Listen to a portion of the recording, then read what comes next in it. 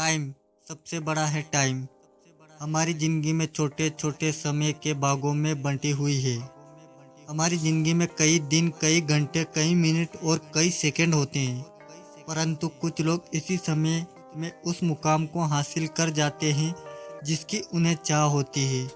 वे समय का सदुपयोग करते हैं और अपने जीवन में सफल हो जाते हैं। एक गांव में एक गरीब आदमी रहता था। उसके घर में उसकी पत्नी और उसकी एक बेटी और एक छोटा बेटा था। उसकी पत्नी दूसरों के घर में काम करके अपने परिवार का खर्च चलाती थी।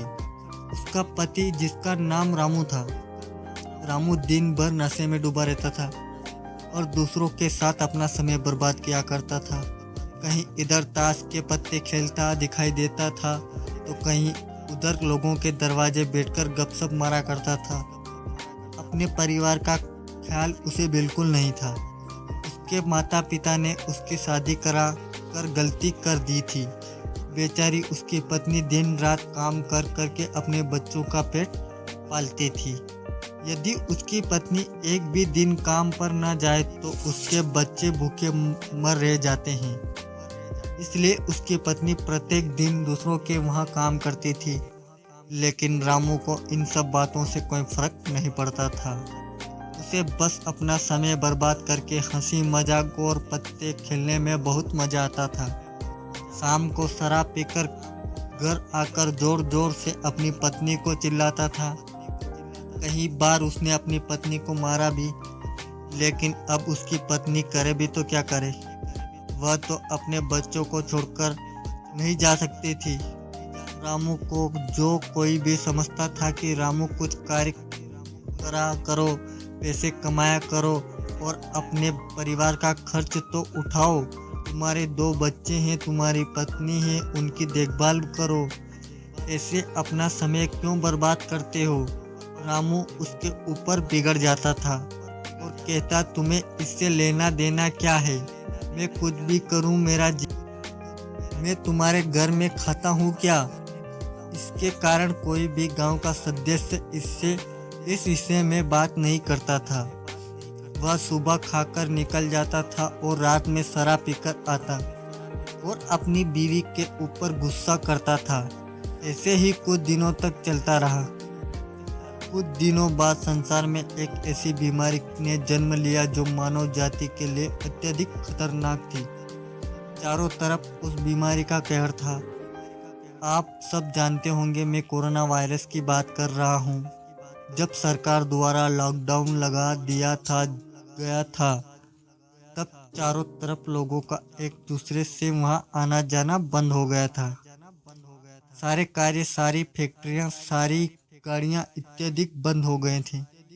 अब रामू का परिवार भूखा मरने लगा था, क्योंकि उसकी पत्नी जो रोज कमाने जाती थी वहाँ अब किसी के घर इसी कारण नहीं जा पाती थी कि कहीं इस बीमारी की वजह में न हो जाऊं।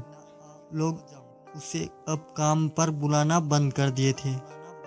उसके परिवार में अनाज का एक दाना भी नहीं था, न उसके घर में कुछ पैसे थे। अब वह क्या करता।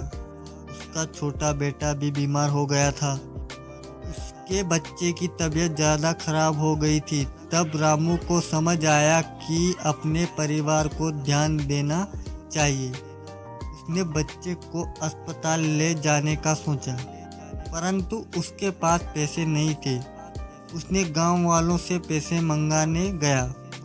गांव वालों ने कहा, पहले कहने पर तो हम लोगों को ही जली कुटी सुना देते थे, अब इस लॉकडाउन में हमारे पास कहाँ से पैसे आए। यही कहकर वह लौटा देते थे। रामू अत्यधिक परेशान था। अब करे तो भी क्या करे। वह चाहकर भी कुछ नहीं कर सकता था। एक पूरा दिन बीत गया। उसके बेटे की तबीयत और भी ज़्यादा खराब हो गई। तभी किसी तरह की उसकी पत्नी ने जहाँ काम करती थी वहाँ से कुछ पैसे जुटा कर लाई और अब रामू अपने बच्चे को हॉस्पिटल ले जाने की तैयारी की। रामू अपने बच्चे को लेकर गांव के बाहर एक अस्पताल में पहुंचा। रामू दौड़ता हुआ डॉक्टर के पास गया।